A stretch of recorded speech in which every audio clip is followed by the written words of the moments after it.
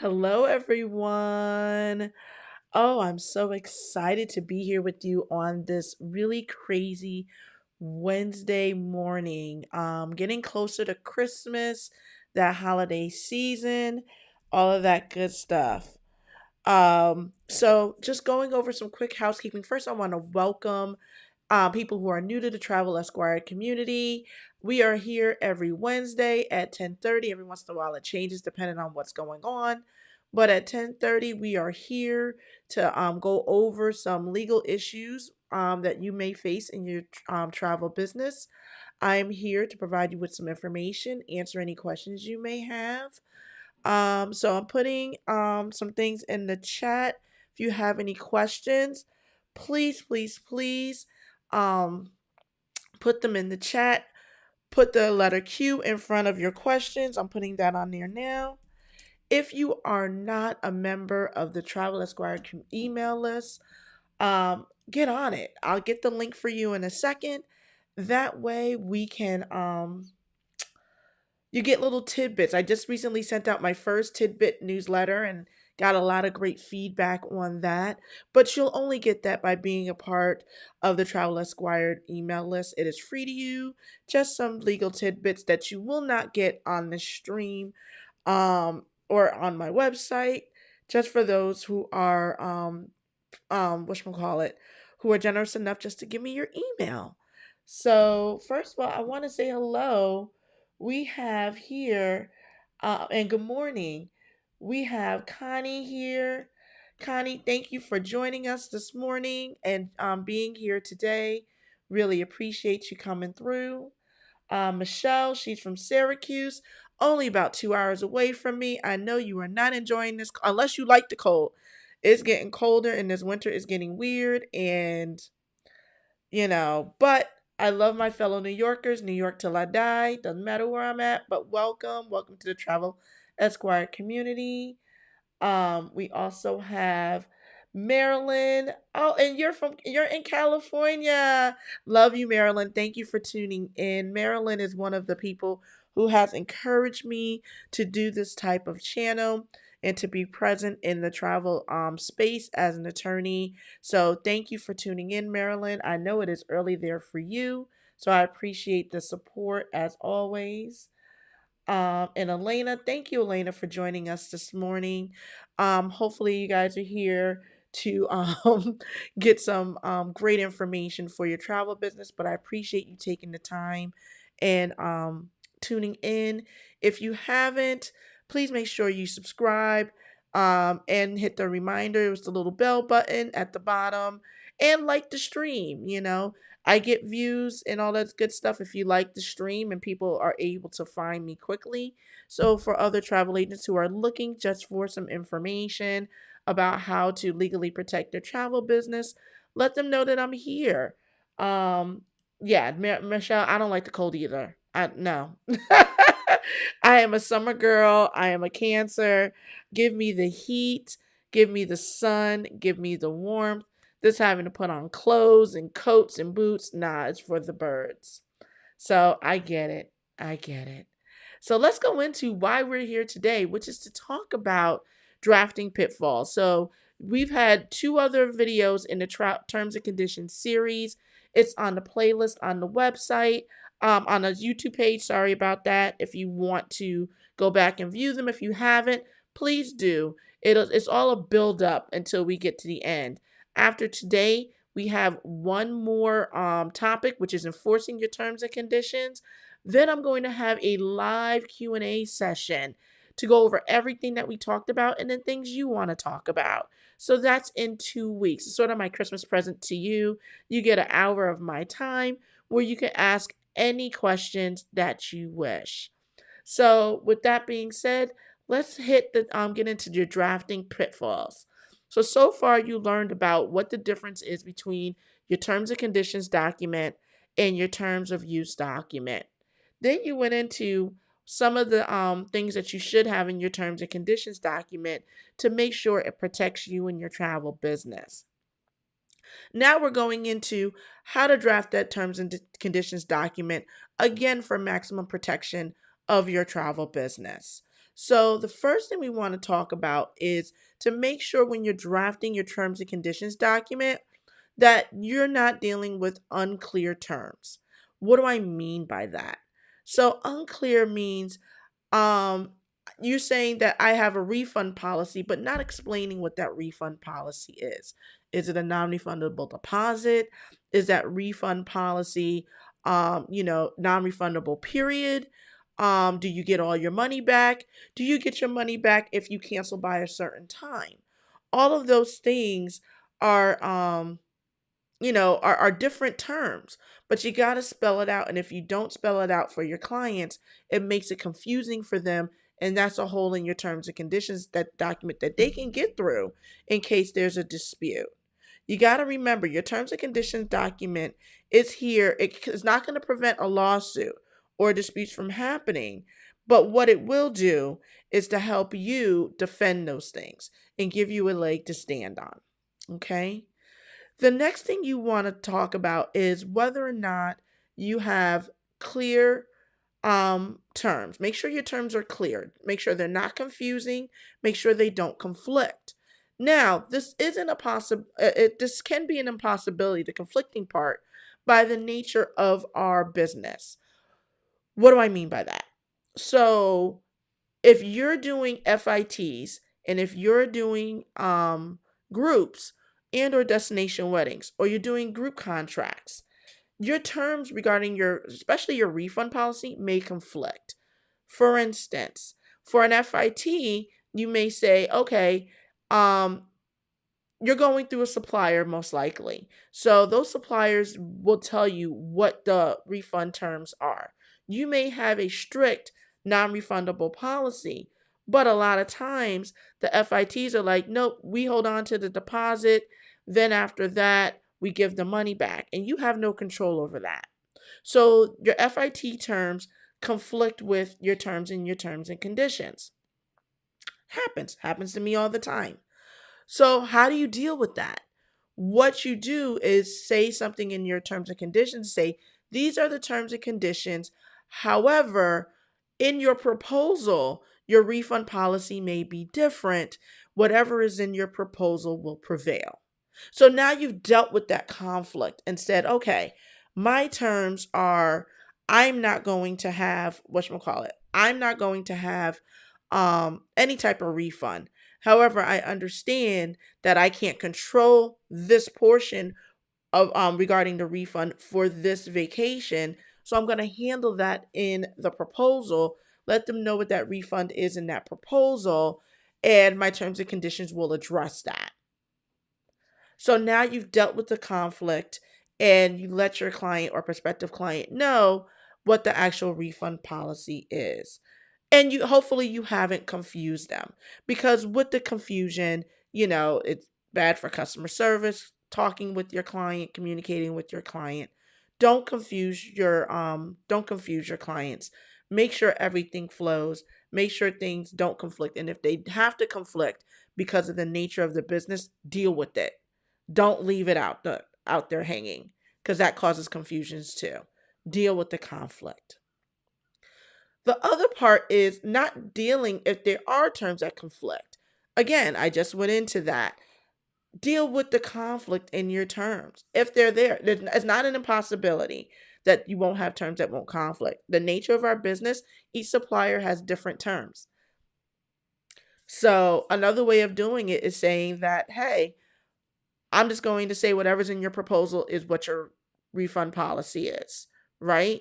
Or, if you're dealing with other policies, whether or not you charge a fee, that will be in your proposal as well, or something of that nature. Just make sure you deal with it. Not dealing with it is going to cause all types of issues. Another way is pitfall that you can get into is terms that are too general or too specific. And I know you guys are looking at me like, Gigi, what in the world? What in the world? So how do I deal with that? What do you mean by it's being too general or too specific? So for instance, you don't want it to be so general that it has no teeth to it. Again, I offer a refund policy. Okay, what is that policy?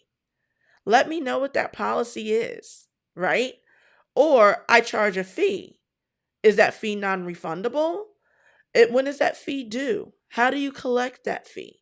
So if you're so general, like it's going to cause confusion and additional questions by your client. But if you are a little bit more specific and say, hey, I charge a fee, the fee is due at the time that before you want me to provide you with proposal. um, you may or may not want to include what that fee is. Here's where we go to be too specific. By including what that fee is and you decide that you wish to increase that fee, now you got to go into your terms and conditions document and make that change. But here's where you don't have to be so specific. You can say, I charge a non refundable planning fee. And you'll be invoiced. Of course, you're going to have that conversation with your prospective client to say, my fee is this, but the fee will be reflected on your invoice.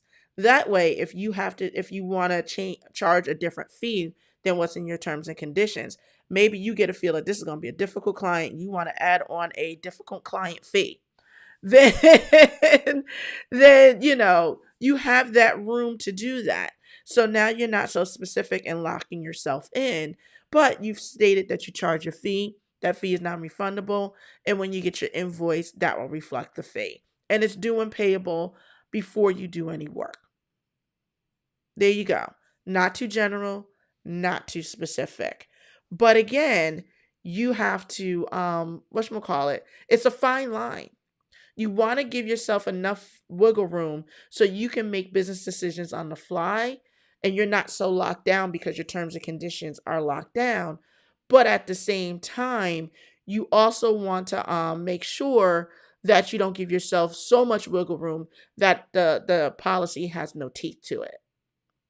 So, how do you do this? How do you avoid these pitfalls? And feel free to ask any questions in the chat. I'm going to take your questions when I'm done, and I'm almost done. So, my goal is to talk for about 15-20 minutes, maybe half an hour, depending on the subject matter, and the rest of the time be question and answer for you. So, now's the time to get them out.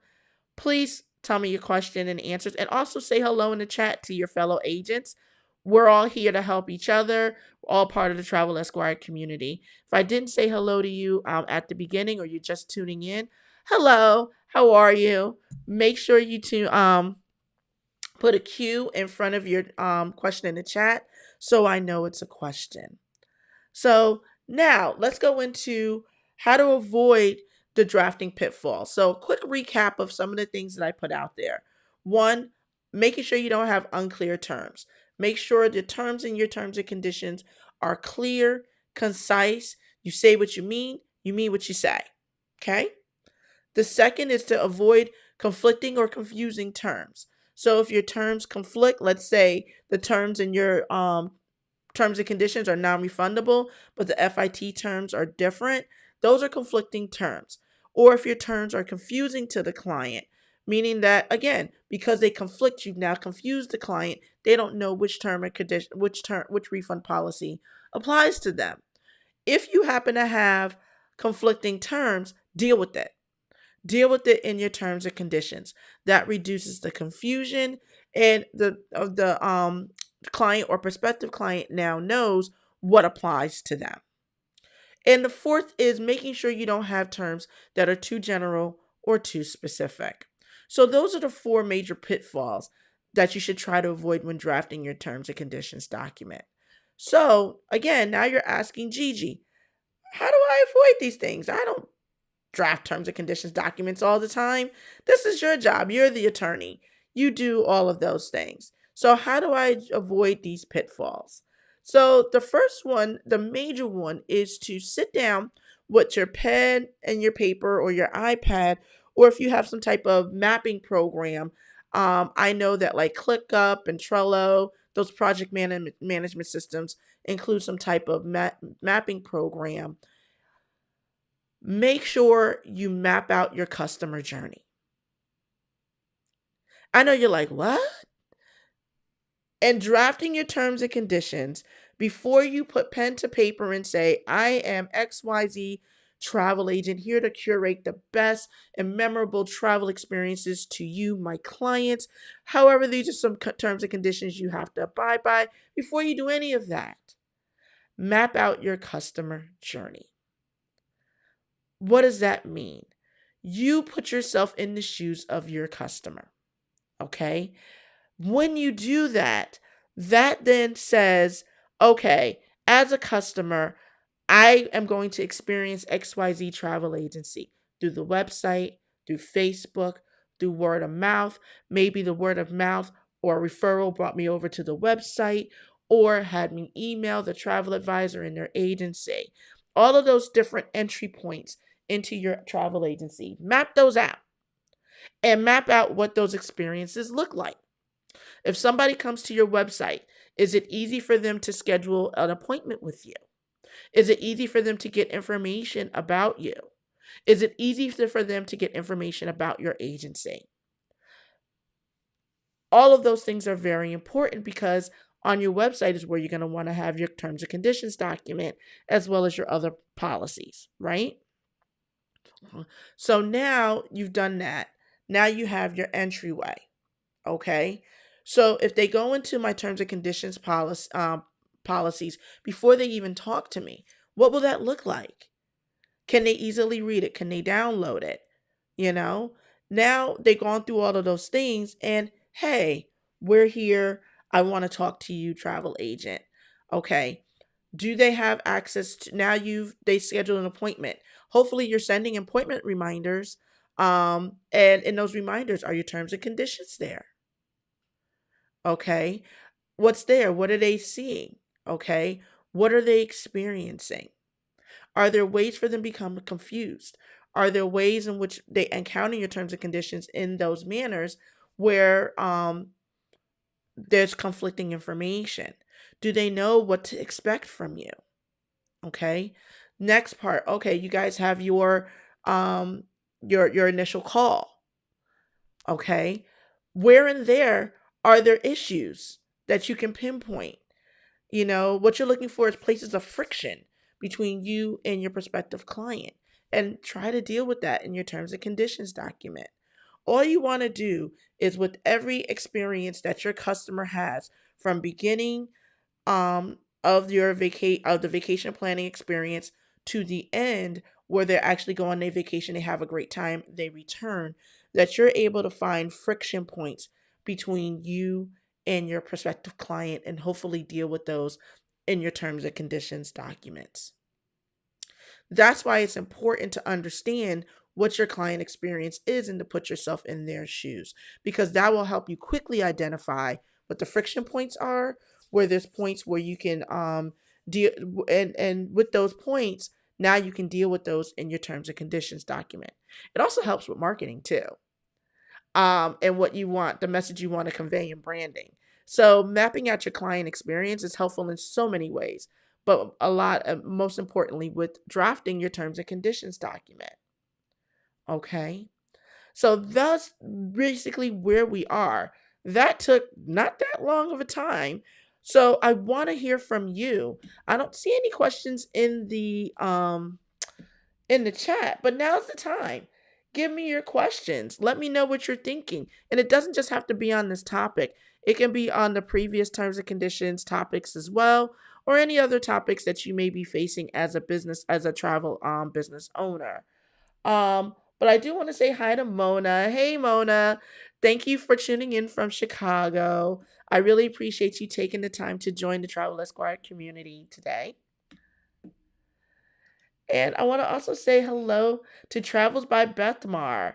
Oh, and she's coming from Wichita Falls, Texas. I know you have better weather than we do. It is cold here in New York. Got the big coat on and everything. So let me hear from you. What questions do you have? Please put them in the chat because that's the best way for us to be able to parse out these issues, hear from your fellow travel advisors. And no question is stupid or too small or anything of that nature. They're all important because if you were thinking it, that means somebody was thinking it as well. So take the time. Let's help each other. Let's get some questions out here. I did have some questions in while we're waiting for some questions to come in, I did have some questions come up in previous chats. And one of the questions were, and I get this question a lot actually, is how do you present your terms and conditions documents to your customers or prospective customers? So my answer to that is present them every place that you have a touch point with that customer. So think about it. That goes back to you mapping out your customer journey, right? Wherever you have a touch point, add your terms and conditions document to that. And if you have it on your web page, just a link to that web page is perfect. So if they come to your if they're emailing you, put it in your footer in your signature, saying, okay, I'm so and so, this is how you contact me. Oh, take a look at our terms and conditions document. Okay. If they come to you and schedule a time with you to meet with you, put it in your reminders. Hey, thank you for scheduling time with XYZ Travel Agency. Just a reminder of who we are, what we're about, and take a look at our terms and conditions document and put the link in there. Put the link also in any invoices you send. Okay. When you put in your disclaimers, you agree to this charge and you agree to the terms and conditions of XYZ agency. Put it in there. That's very important to keep it top of mind. And how does that help? If there's a dispute and they decide to do a chargeback and they're like, oh, I didn't know about this. But you can now provide written evidence where you presented your terms and conditions document before they signed up with you, at the time they signed up with you, and during their relationship with you. Okay? And if you do it as a disclaimer with a signature where they sign to agree to those terms and conditions document. Oh, look at you guys coming in with the questions. I appreciate this. So, that's one of the major questions that I get. But let me go to your questions. So Michelle asks, should you list the amount of your planning fee in your terms and conditions document, or that you charge, or just a statement that you charge a fee? So I covered this a little bit earlier. It's totally up to you and how flexible you want to be with your fee. So think about it. I personally will say I charge a fee. I won't say how much. I usually go over what that fee is when we have our consulting call, when we have our call when we're qualifying our client. Why? Because during that call, not only are they interviewing me as the agent, I'm interviewing them to see if they're my ideal customer. And then I'm looking at, are they giving me something new? I may discount the fee because it may take me a little bit longer to get them something new. And I want this business because I want something new. You know what I mean? So, or if I can find, if I see that they're being a little bit of a difficult person, their expectations are very nitpicky, I may charge a little bit extra because I know that I'm gonna have to really dig deep on this, and I want to get paid what I'm worth. So, by putting your fee in your terms and conditions document, it locks you in, and it reduces your flexibility.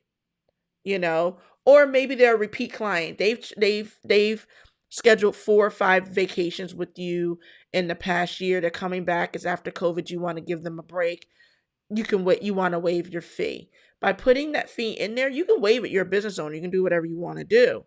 But again, you're looking at the flexibility of being able to charge the fee as you so choose. So it's totally up to you as a business owner. I personally don't like putting in there because I like the flexibility, but it's on you. So Mona asks, what is the best verbiage to use when you want to increase your agency administrative fee for 2022?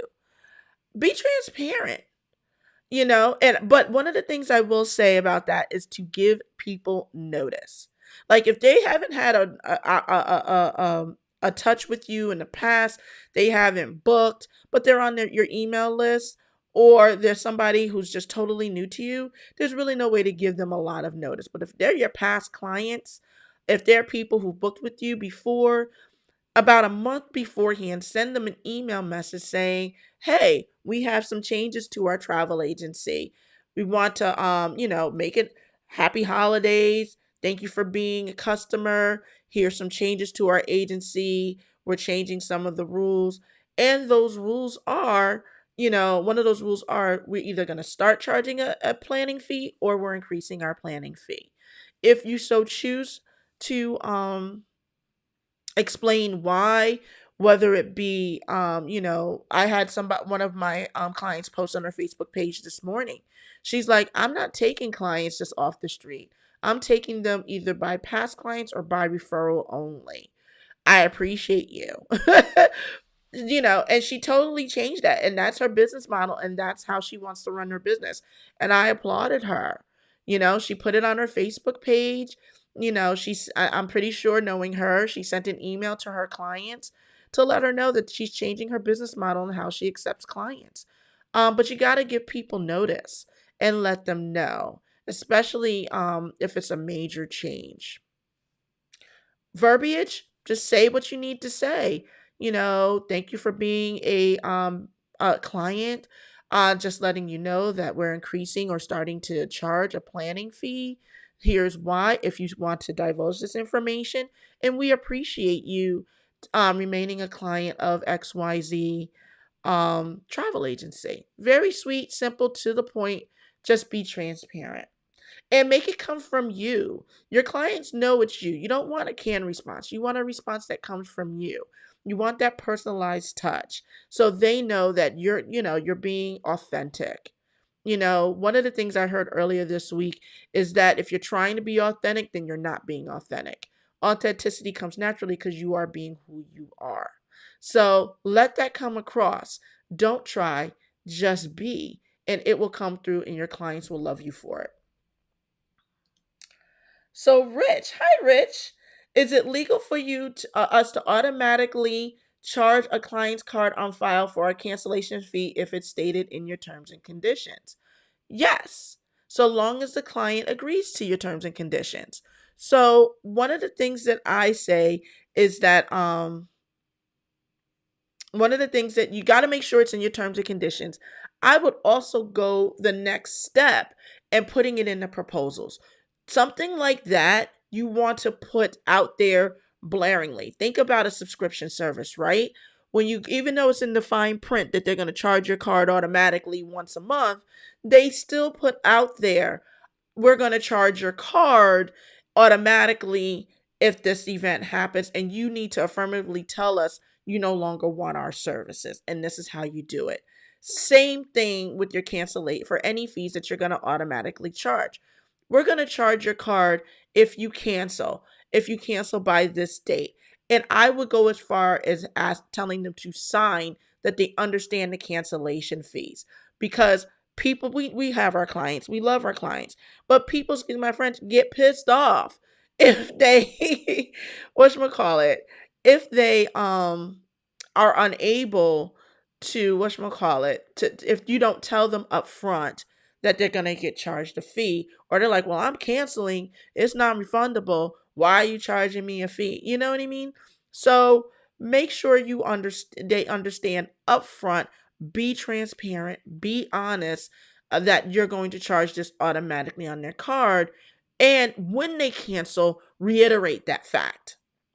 And I would send everything in writing, in email, text, however you contact your client, make sure it's in writing. That when you receive the cancellation request, even if, one of the things I suggest to my clients, have a separate email box just for cancellations. If you have Google Workspace, you can set an email box to cancel@xyzagency.com.net, whatever, .co, .org, whatever it is. One, it logs in the cancellation date and time, so you can see whether or not the cancellation request was done in a timely manner. Number two, you can set up an autoresponder that says, hey, thank you for your cancellation. We've received your request. Please note that due to you canceling, we are automatically charging you a cancellation fee. That fee may differ. You may send them back to their proposal. I do a proposal where they can have a link to it. So if they need it, here's the link. This is what you agreed to, so on and so forth. But whatever that cancellation fee, make sure you put that in your autoresponder. So again, they have more than one way to see that you're charging that cancellation fee. Great question, Rich. Thank you. Can you say that your agency administrative fee starts at 125? You can. This is your business, so you have the flexibility to state what your business, how your business will run. Remember, that's what your terms and conditions documents is. It's an upfront statement that of how you're going to run your business. So with that statement, you want to make sure that people know upfront how it's going to go. So if you state that your fee is going to start at 125, then that means that gives you flexibility to raise that fee. And they know that you're starting at 125, so that fee will not be anything less than that. So it gives them an opportunity to know what to expect. It's all about transparency. I know people who charge $1,200, $1,300 for a destination wedding fee, and they get it. But that's because they branded themselves and they are just that good. And I know that everybody on the stream, everybody tuning in is just that good too. Charge what you're worth. Don't charge anything less. So, yes, you can do that. Some people I also know, they do rate sheets that they may have on their website as well. They may or may not, or they send it to the client after they do their consultation call. So that may be another thing too, is to have a rate sheet in order to let them know what it's going to cost. And then when they come back and say, hey, we want to move forward, send them an invoice. Hopefully you're utilizing systems to help automate these things so you don't have to think about them when they happen. Yes, Rich. Yes, I love it. I love the automation. It is so important to have that in there. Automation works. And you're very welcome, Michelle. If there's Let me know if there's any other questions, man. We still got some time. I'm here until about 11:30. So I want to be here for you and answer any questions you have. These questions have been great. Another question that I have while we wait for more questions to come in, but I get this question a lot is, do we need to have people sign that they accept our terms and conditions? I personally believe that yes, you should have an electronic signature, especially when someone is onboarding with you. You want to give them the opportunity to read your terms and conditions and ask you any questions about them. That's why I say present them any which way you can before money starts getting exchanged, right? Um, then from there, what you want to do is when they sign up, again, going back to Rich and what he's saying, we have everything automated. Hopefully you're using a CRM. Some people use Vacation CRM. I use TravelJoy. Some people use Test. I know there's some new ones coming out there as well. There actually is a Facebook page called Technology for travel agents. I would get on it, see what other things are being tested out there on the market. If you use Travelify, whatever it is that you use to get your approvals, a lot of the software has built in a place where you can capture an electronic signature. Make sure your disclaimers state that they agree to the terms and conditions and capture the signature. One of the things I love about TravelJoy is every time they send an invoice, I set it to say, you agree to these terms and conditions, and they sign every time for every payment. So it's not just agreeing to it up front. Every touch point, they're signing electronically that they agree to the terms and conditions. They agree to the payment being charged in their card, and they're signing for it. Love that about them. So, make sure that you're able to have a way of capturing a signature. Some people like, oh, does a checkbox work? Yes, it does. And that's been held up too. They call it a click-through agreement. And you'll see a lot of that when you're downloading software. I agree to the terms and conditions, and you check the little box, and then off you go. You don't necessarily sign, but it works. And that's enforceable as well. I think it's more of a bronze standard. The platinum for me is the more gold, I should say. The platinum for me is when you actually capture an electronic signature. And then some people just say in their terms and conditions, by virtue of making a deposit, you agree to the terms and conditions. I think that's the bronze standard.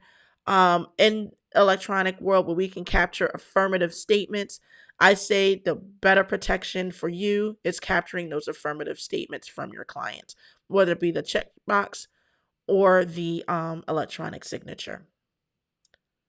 Okay. Any other questions?